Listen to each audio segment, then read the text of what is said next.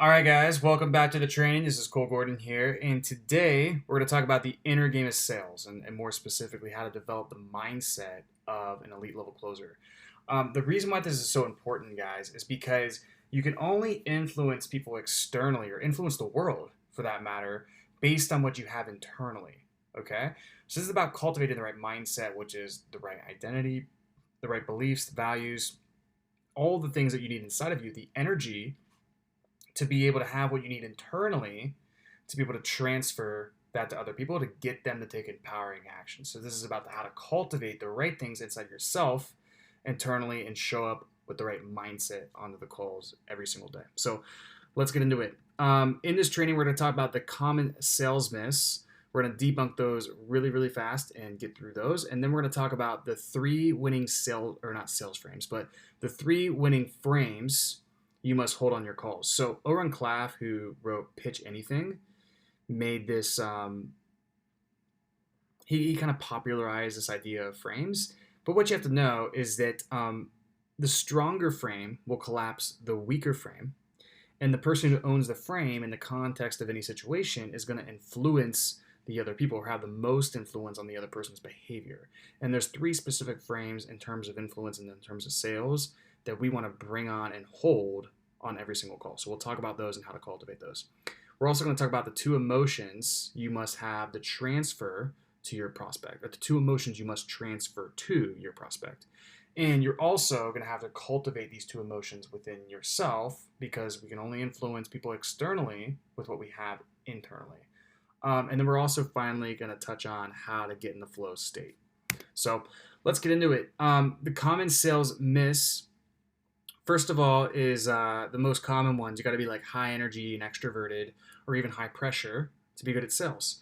And what's funny is like a lot of people refer to the place we're in now in terms of like business and everything, the post trust era, which means that buyer's resistance is at a all-time high, sales resistance is at an all-time high, and that trust is dead. It's on an all-time low. So somebody who I study, his name is Jeremy Miner, he's a really, really good sales trainer. He harps on this all the time.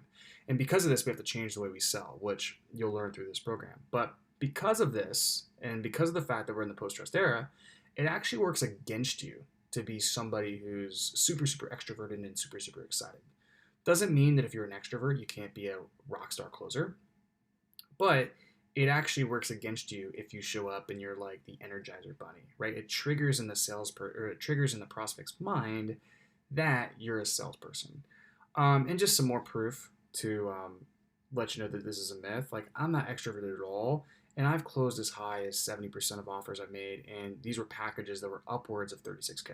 So I'm an introvert. I've had these types of results. You don't have to be extrovert to be good. And when you think about it, it makes sense because if you think about what defines an introvert versus what defines an extrovert, extroverts go wide and shallow with their relationships, and introverts go narrow and deep.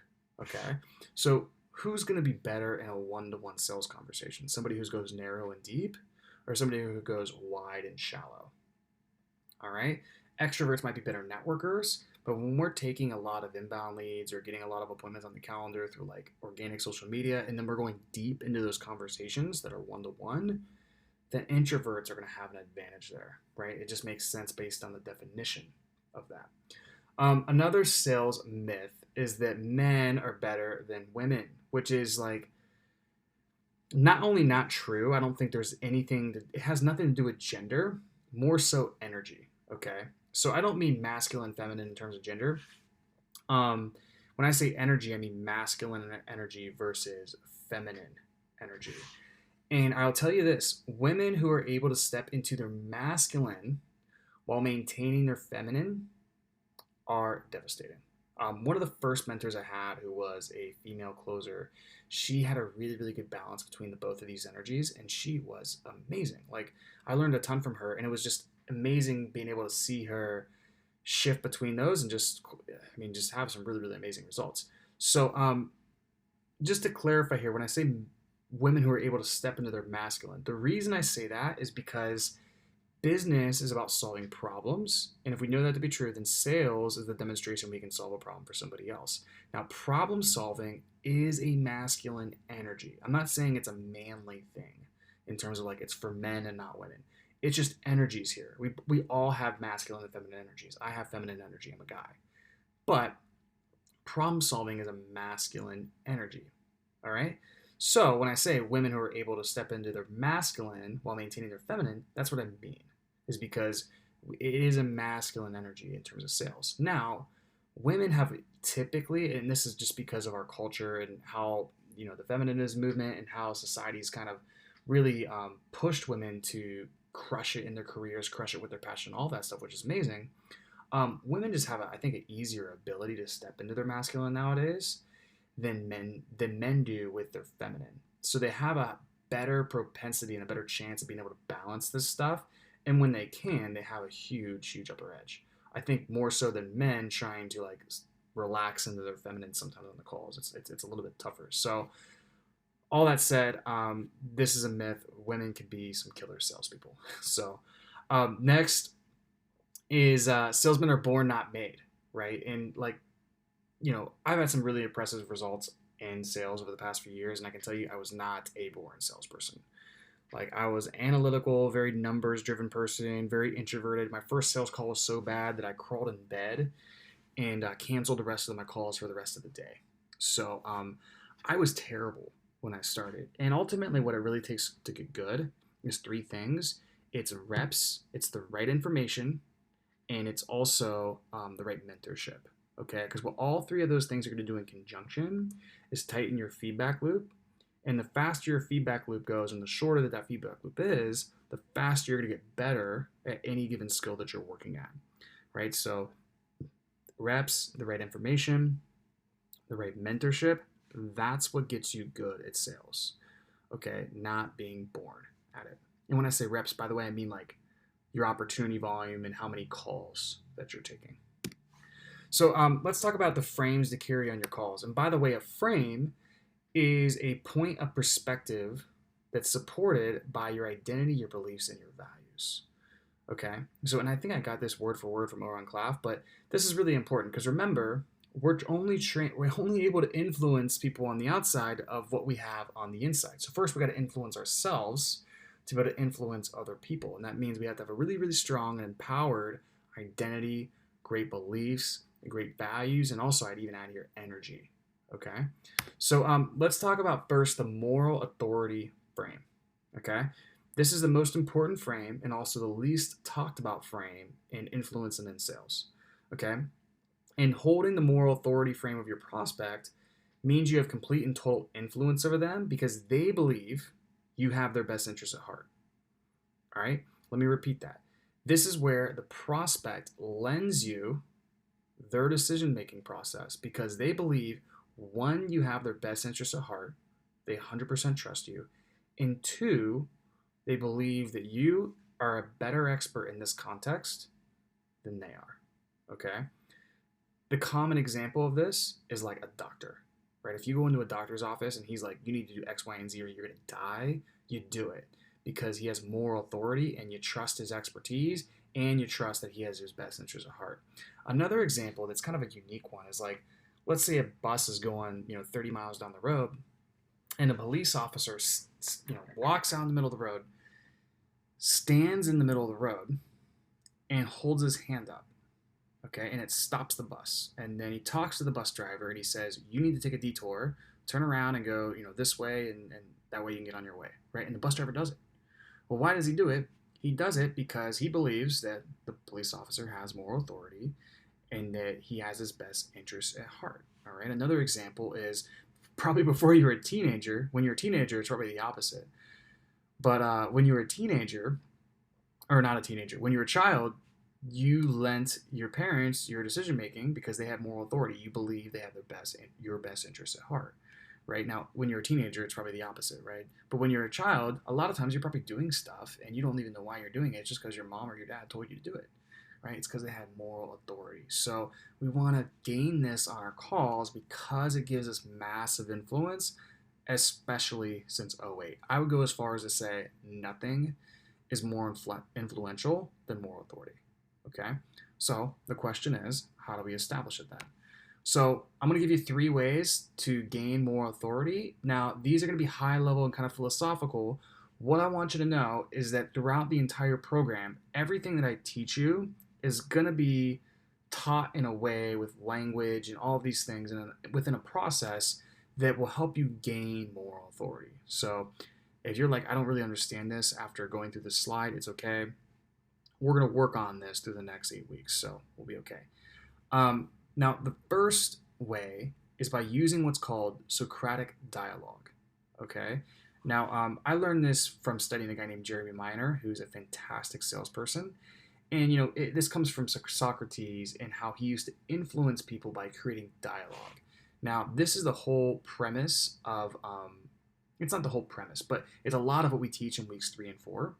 And basically, Socratic dialogue is using a specific set of questions to help lead somebody to making the best decision for them, right? And it's a combination of not just the skilled questions, but also active listening, all right? One of my friends, Brad Newman, he taught me that, or he brought up to me when we were talking one time, that the biggest myth in communication is that it's actually happening, right? And I don't think he made that up. I think he got it from somebody else. But the biggest myth in communication is that it's actually happening.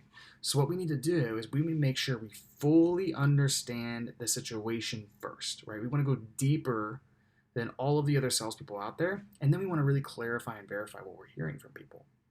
Okay, so we'll talk about how to do this, but I just want to touch on this briefly right here. We're also going to use our skilled questions to demonstrate that we are listening to the prospect.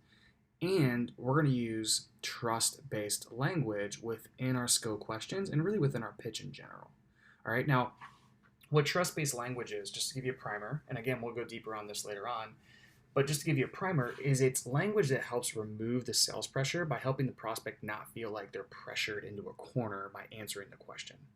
Okay, so I'm trying to think of an example. Probably the most common one is when people ask,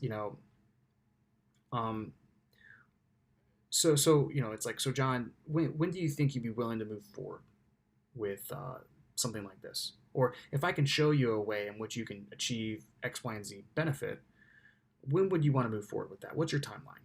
Right? That's very direct, and it makes John feel like he's on the spot to make a decision about when, right? Opposed to something with trust-based language, John, if you were even to consider moving forward with something like this, when possibly would you be open to considering that, right? Do you see how I used if you were even to, and now I forgot what I said, but I think it was if you were even to consider moving forward, when would you possibly be open, consider, if you were even, right? You see how I'm removing a lot of the sales pressure through trust-based language, okay? This is a part of the Socratic dialogue that we'll teach in weeks 3 and 4. We'll get deeper into this stuff. I just want to give you a preview of what we do to gain moral authority. All right, so the second thing is being a leader for the prospect. All right, so what does this mean? What does being a leader for the prospect means? I think the easiest way to explain this is going over the 3 rules of leadership in sales. And I got this from my mentor, Taylor Welch. I'm not sure if he created this, but it's where I learned it, so I want to give him credit. The 3 rules of leadership is our only job is to lead the prospect to what's best for them. And what's best for them is almost always outside of their comfort zone. And finally, the prospect will fight like hell to stay inside their comfort zone. So what this means, ultimately, is that we must take a stand for them. Okay?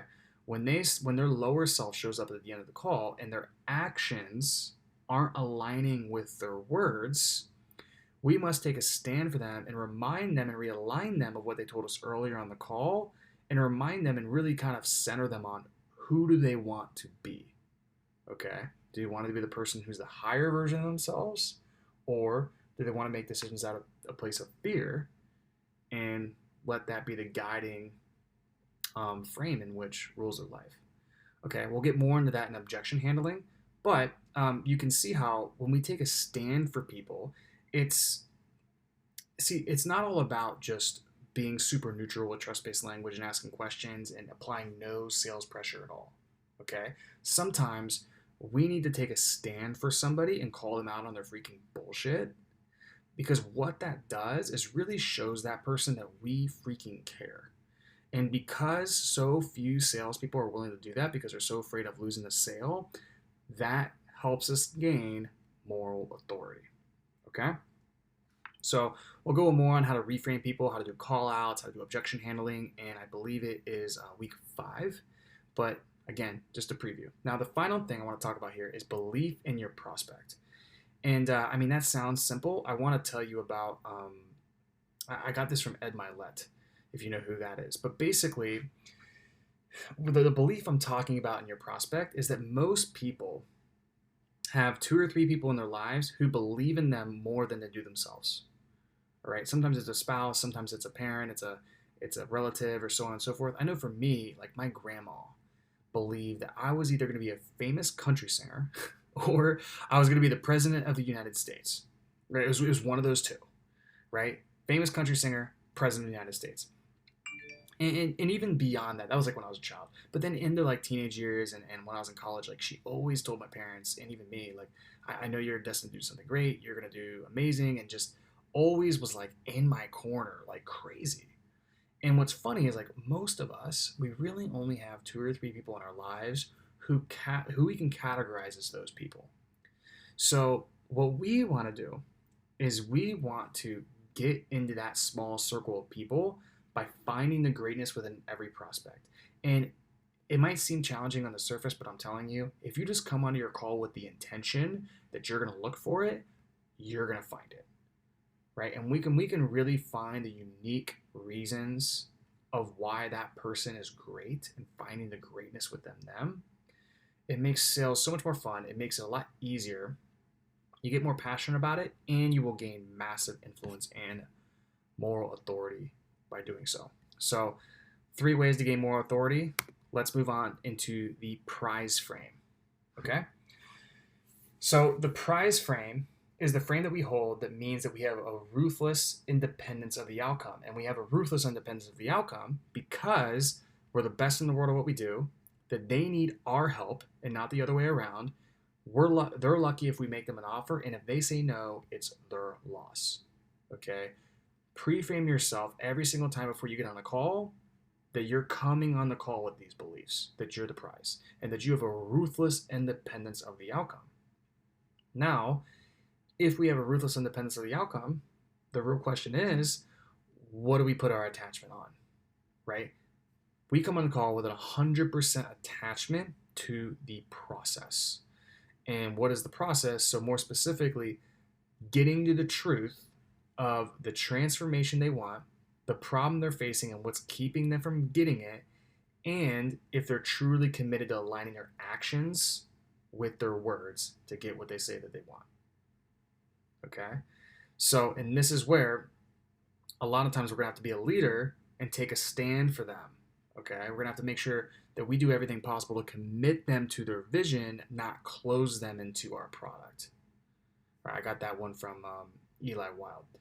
But if we can look back on the call, right, and we can say, yes, I showed up with ruthless independence of the outcome, and I was 100% attached to the process. I got to the transformation that the person wanted. I got to what was keeping them from getting it on their own, and I challenged them and took a stand for them because their actions weren't aligning with their words and they didn't enroll. We can tell ourselves that we did everything possible on that call and we can let it go. And the reason that is so important here is because the one thing that will kill you when you're taking a lot of sales calls is letting your prior losses bleed into the next call. And then you're bringing negative energy into the call, you're bringing doubt, you're bringing uncertainty into the call, and you're transferring that onto other people. So when we hold this frame, it's not only really influential because we have independence of the outcome, we're totally committed to what's best for them, it's also helping us keep our calls in a container. And it allows us to really enjoy the process. Because when we're having fun and we're showing up in a way that is lighthearted, that's enjoyable, and that we're just like genuinely enjoying it and having a good time, it helps the prospect will sense that. They'll sense you're not nervous. They'll sense your calm sense of certainty or poise, and they'll lower the defenses. So it's really, really important. Now, we also hold the prize frame by simultaneously holding the expert frame. A lot of these kind of blend together. Okay. Now, what the expert frame is, it's a lot of times referred to as the doctor frame. Okay. So, in other words, you're the expert in this specific context, and therefore, you have a proven process for determining exactly what's the shortest path to get to the prospect's desired outcome. And you're not going to prescribe anything until that until that process is completed. Okay?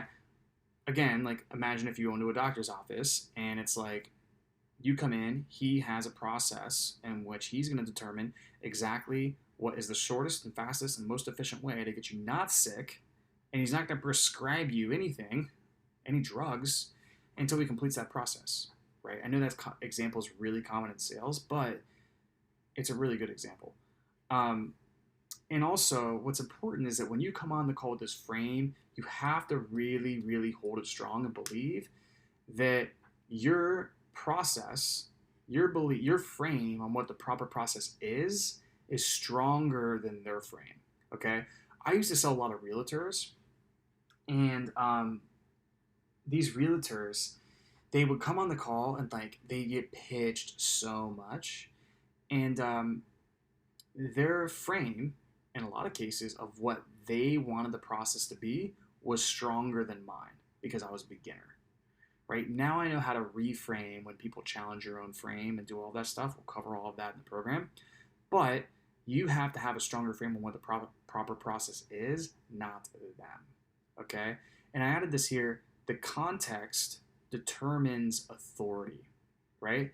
The best example of this I ever heard is in Pitch Anything. Owen Klaff talks about how the plastic surgeon in society and in his community, he has a lot of power. He has a lot of recognized authority, right? When he comes into a lot of situations, because of his label as a plastic surgeon, he has a lot of influence, right? He has the frame until he goes to play 18 holes with the golf pro. And then when they're on the golf course, who holds the frame then, right? Because the context changed, the authority changed.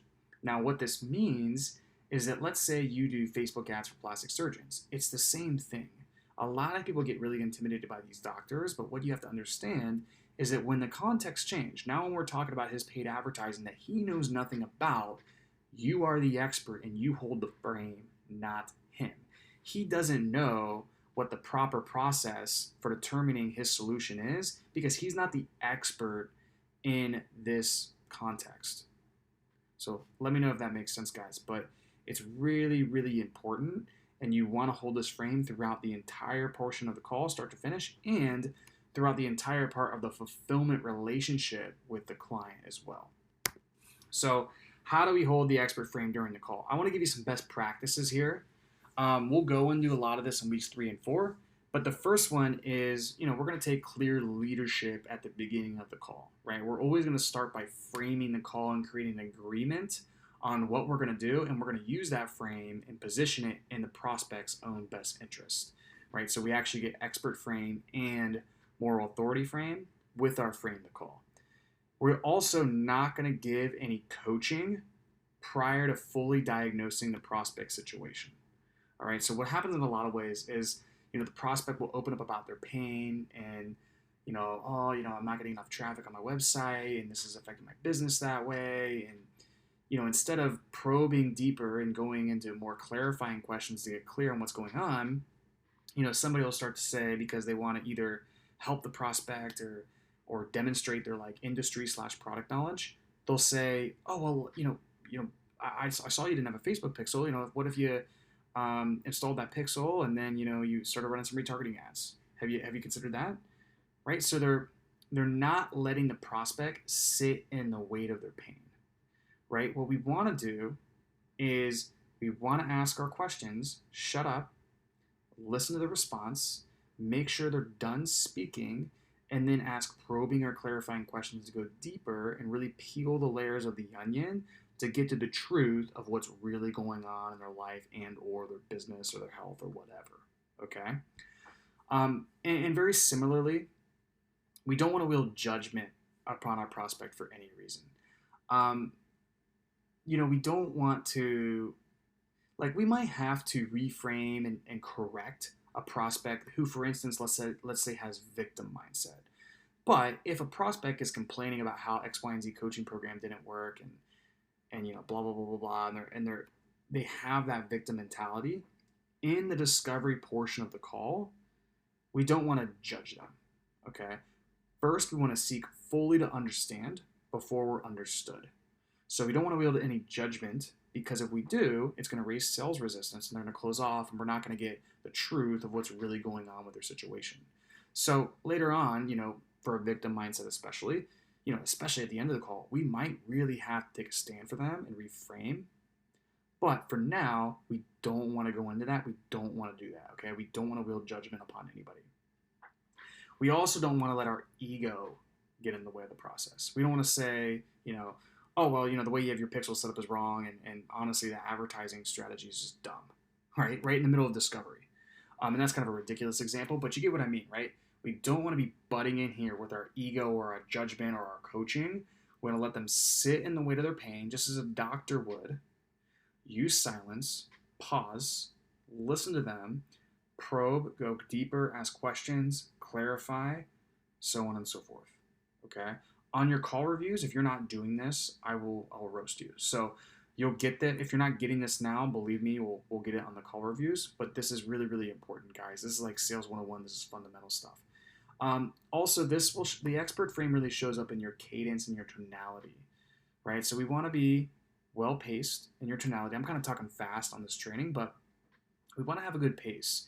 And we want to use silence to where we ask a question, or silent, then they're done speaking.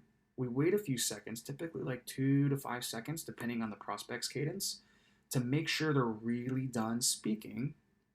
And then we ask our next question. Right? And our next question, we'll talk about this in weeks 3 and 4, needs to kind of indicate that we were listening. Okay? We'll get into that more later.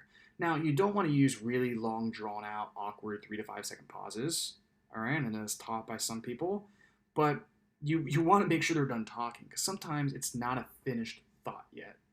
All right? And just like with this, we very rarely want to interrupt the prospect. Okay? There's cases like with objections where somebody's about to walk off a ledge and like we just need to like butt in there and interrupt them and realign them. There's also cases with people who are intense ramblers, they won't shut up. Like we need to interrupt those people, or we're just going to be on like a 3-hour long call. But most of the time, we just want to stay silent when we ask a question. We don't want to do any interruption. Just as a doctor would, he's going to let you kind of voice whatever problem is going on. Okay. We also want to use downward or equal tonality, not upward. There's basically 3 tonalities and 3 postures. There's superior, equal, and inferior. And in tonality, it's kind of referred to as downward, equal, upward, right? We want to remain in downward or equal. Downward's like, imagine you're a football coach saying like, get on the line, right? Or get on the bench. It's downward. Equal is like I'm talking to you guys on this training, right? We mainly are going to be like, our downward will be more so when we're asking questions. Really, we're mainly going to be in equal tonality. What we really want to avoid is upward. Upward's like when you're phrasing statements or questions very upward, to where it's like indicating that you're seeking approval, that it's okay that you're asking or saying what you're saying, right? It's like if I was saying, we don't want to wield judgment upon the prospect for any reason. It's like there's uncertainty that just bleeds out of that statement, right? And if we're uncertain on the inside, and that's coming across in our tonality, it doesn't matter if we say the perfect thing, we're going to transfer that onto somebody else, okay? Now, finally, we want to use short and pointed questions. I see this a lot. There's times where you do need to use context to justify why you're asking the question, especially if it's an invasive question like financials and like cost sometimes, like what's going to happen if it doesn't change. But for the most part, like just ask your question. It should be like, okay, and what exactly is your offer? What exactly is your price point? Gotcha. Okay, and what are you selling that for? Awesome. So, and how are you currently generating leads now? It doesn't need to be like this whole, him and haw and whatever, and you kind of talk about what he said, then you say something else, and you say, oh yeah, and by the way, how are you generating leads? Don't do that. Okay, and if you're doing that, I'll point it out in your call reviews. So let's talk about the two emotions you must transfer to prospects on the call. Okay, so what are the two emotions? The two emotions are clarity and certainty. And the reason these are important is that clarity first lends to certainty, and certainty lends to decisive action in your prospects. Okay, so knowing that to be true, how do we create these? Well, first let's talk about clarity. How do we create clarity? Really, this is through a lot of what we talked about in the last training, Sales First Principles. So the first thing is we want to get clear on what they really want, right? The transformation. And even more specifically, the current situation versus the desired situation. We want to get clear on that on both a surface level standpoint and an emotional standpoint. We talked about that last week. So if you don't know what I'm talking about, go back and view that training. And we also want to create the buying pocket, right? That they know the transformation is possible, but only with your help. Now, to add in here, we want to install the emotional beliefs, right? Pain, doubt, cost, desire. That they have a problem that's keeping them from achieving a goal, that they don't know how to fix that problem, that that problem is costing them more than the actions, the time, and the money and the resources necessary to fix the problem, and that fixing the problem would have a compelling payoff and a compelling emotional future. Pain, doubt, cost, desire. When you get clear on these, it creates separation. Okay? It creates clarity in your prospect of where they are now versus where they want to be. Now, finally, what's really going to give them clarity here is how we present our offer and position our offer so that it's the perfect bridge, both logically and emotionally, from where they are now to where they want to be. Okay? Now, we're dedicating an entire week to this because it's that important. But just some primers here and some previews is that it needs to be new, or it needs to feel new to the prospect. It needs to be unique, different, superior than anything they tried in the past. It also needs to justify why the past attempts they've had didn't work. It needs to provide quick results or perceived quick results. It has to have tangibility, specificity, and collapse time, which basically means it has to make them feel like they're going to get a very specific result in a lot faster time frame than they could on their own, right? There has to be a specific good promise to it, right? Like, it could be 30K a month in 90 days from zero, right? That's a big promise, but just an example. It also has to eliminate the fear of success. Okay, we're going to talk more about that in week 2, but your offer, I just wanted to be honest with you guys, what creates clarity? Your offer is really what's going to make them feel like, oh man, dude, that is what I didn't have, that why everything I tried in the past didn't work, and that's what I need to be able to get there a lot faster than where I am now. Once we create separation, your offer is going to make them feel that if it's positioned correctly. So that's how we create clarity. Now, let's talk about certainty. Now, clarity lends to certainty, and certainty lends to decisive action in our prospect. Okay? So just getting the prospect clear and then positioning your offer correctly, that alone is going to create a lot of certainty within the prospect. But still, fear, doubt, and suspicion might get in the way. Okay? And our certainty must overcome their doubt.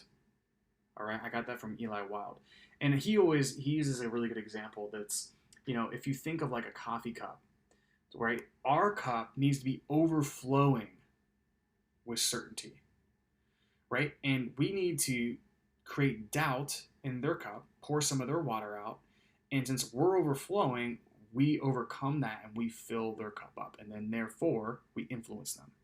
All right. A way that I like to think about this is like, because a lot of people, and especially when I was learning this stuff, I was like, well, what is certainty? Like, what does that even look like? And there's like hypey certainty that's like, oh, I'm super pumped up. I'm like ready to go. I'm like jamming. I'm listening to music. I'm like hyped up. There's that type of certainty. And then there's resolve. Okay. Resolve is that you have this conviction that it's so likely to happen that it's basically already done. Resolve is like if I asked you, what are the chances of the sun coming up tomorrow? You're going to be like, I mean, the sun's going to come up tomorrow. It's resolve. If I asked you, what's your name? And you say, oh, my name's Cole, you have resolve, right? I mean, you have absolute certainty with what your name is. So this isn't like, I don't want you to think this is like super high energy, Energizer Bunny stuff. It's like absolute total conviction. Like what your name is. Like the sun's gonna come up tomorrow. That's resolve. It's as if it's already done. Okay? And you hear like athletes talk about this all the time. There's like Conor McGregor. He's like, I already knew I was gonna win the UFC title. Right? Like I knew like years and years before. It was just a matter of time. He had complete resolve that he was going to achieve that. And that was huge as a contributor to his success down the road. So here's some tips on how to build your conviction. And this is all stuff that more or less you're going to want to do daily. And one of them is the identity document.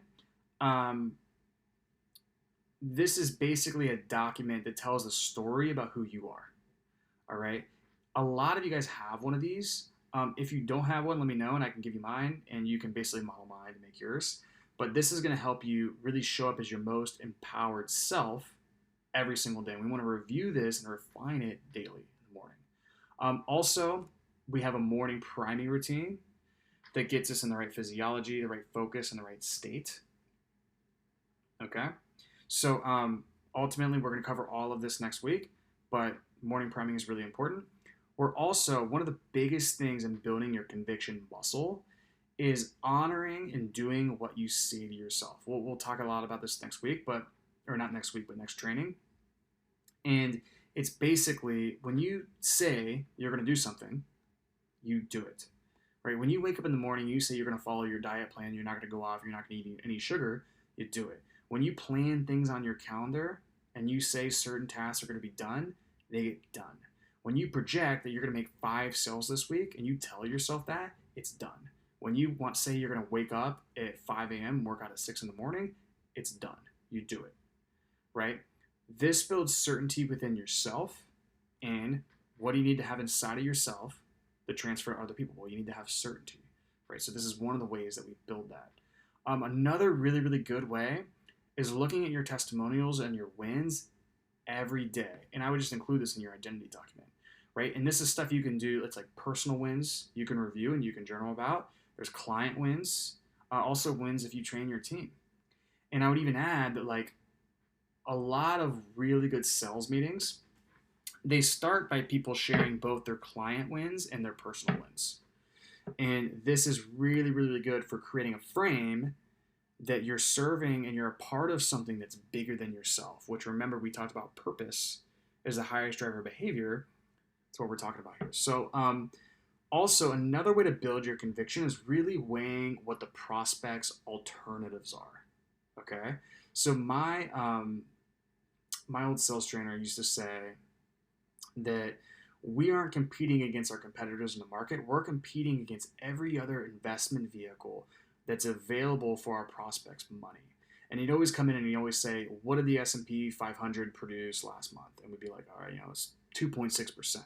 And then he'd say, our clients last month, they averaged an average of 1,000% return on investment for their money with us, right? And we actually had this data, but we always would compare and contrast this. And it's really important because you want to understand what really all the alternatives to them not working with you. Like if you're in health and fitness and you're teaching somebody how to naturally lose weight, their alternative might be an invasive surgery that, I don't know. I mean, I don't know anything about invasive surgeries, but that could ruin their life. right? Somebody's alternative to not working with a marriage counselor could be divorce, which is not just emotionally destructive, but also financially destructive, right? Somebody's alternative to not working with you to fix their business might be them going out of business, not being able to provide for their family. And it's not just those heavy consequences. I mean, they may go work with somebody else who you know is not as good as you, right? Um, you always want to weigh their alternatives and know really what's on the line and the cost for your clients. It's a great way to build your conviction, and it's a great way to really fire you up to like attack the day when you have these calls. Um, and also have faith in your ability to make it right. All right. This is one that I don't hear talked about a lot, but like I know for a fact, and my old sales trainer used to always tell me this is like, dude, he was like, get out there and make offers and have total, utter conviction that we can help people. And just know if you ever screw it up and you ever misdiagnose somebody that we can't help, we'll make it right, dude. Like, we'll refund them and we'll just like let them go. It's fine. Okay. And they would do that. I was pretty good, so it didn't happen a lot. It maybe happened like once or twice. But have faith in your ability to do the right thing if you enroll somebody you can't help. Okay? That gives you the freedom to totally get in the zone on the call and just show up with like an absolute utter conviction that you can dominate for that person. And then the final thing is to get in flow state on your calls. So let's talk about that. And basically, getting in flow is really the feeling of poise. Okay, that's how I always like to think about it. And poise is a calm sense of certainty under pressure. All right. I think of like LeBron James in the NBA Finals. You never see him like hyped up and all pumped up. I mean, you do, but like when he's really in the zone, you don't. Right? When Kobe is really in the zone, they are in like total resolve. They're in this calm sense of certainty, even though the entire world is watching, and it's game 6 or 7 against the finals, and if they lose, their season's done, right? It's this calm sense of certainty under pressure and getting in a flow state to where we're totally present and totally engaged in what we're doing will lend us that feeling. And again, having that feeling and be able to harness that, you're going to transfer that over to your prospects and you're going to influence people in that manner. Okay. So how do we get into flow? This is like a brief primer here. I'm going to give you a really good book to read. It's like the best mindset sales book I've ever read in my entire life. But the main thing is to place all of your attention and your energy onto the prospect and to their words. I say this and I think people think it's like a woo-woo thing, but when I get on a call with somebody, I'm so focused on them and their lives and what's at stake for them. It's like I'm like meditating through them. Like the call itself becomes a meditation because I'm so present, right? And there's truth to this because meditation, they teach you to focus on something with all of your awareness. That's literally what I do on my calls. Okay. And in doing so, it takes the pressure off of you. When you're putting all of the attention and energy on the other person, who are you not focusing on? You. And when you focus on yourself, what do you create? Well, you create anxiety. Okay. So get out of your head and trust yourself that you'll do the right thing spontaneously in the moment. Okay. This is really, really big because what's going to happen here is you'll learn a lot of new stuff in this training, especially as we get into more tactical weeks 2 through 7. And you're going to learn a lot of stuff and you're going to come on the call and you're going to be like thinking about all this stuff that you learned, right? But if you're in your head, you're dead. So, go through these trainings multiple times and really like harness the questions and how we do the pitch and all this stuff.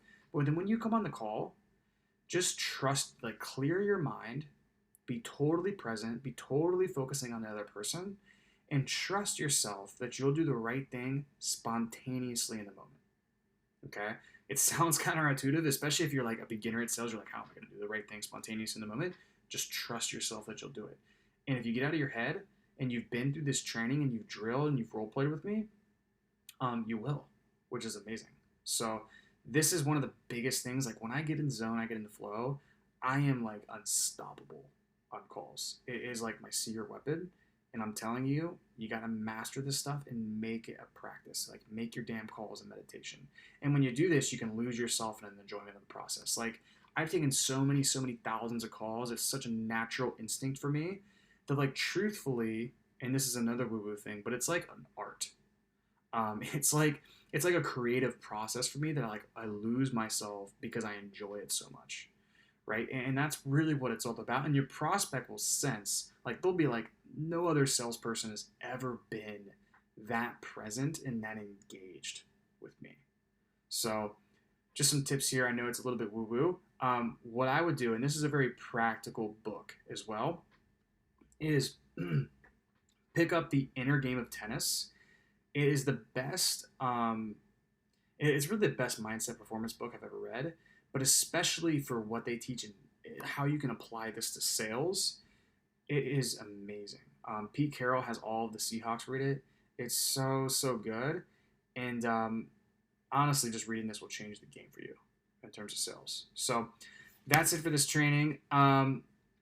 Here's some next steps in terms of kind of how to apply this training and assess yourself on how you're doing with this so far. Ask yourself first, like, what frames are you holding on the calls and which ones are you not holding? Between expert frame, price frame, more authority, which ones are you lacking and which ones are you doing a pretty good job on? And also ask yourself, have you been creating clarity on your calls? Are you creating separation? Are you creating the buying pocket? Are you working those emotional beliefs? How is your pitch holding up? Does your prospect have that aha moment and really see the pitch as the bridge between your logical and emotional, or between their logical and emotional current situation to their logical and emotional destination? Do they see that bridge? Is it the aha? Does it make them understand that everything that they've tried in the past, okay, yeah, that's why all that stuff didn't work? Or is the pitch falling flat? So start to ask yourself these questions so we can diagnose, and then over the coming weeks, we can really figure out where to put our time and attention and our energy on fixing this to get you up to a level that you need to be performing.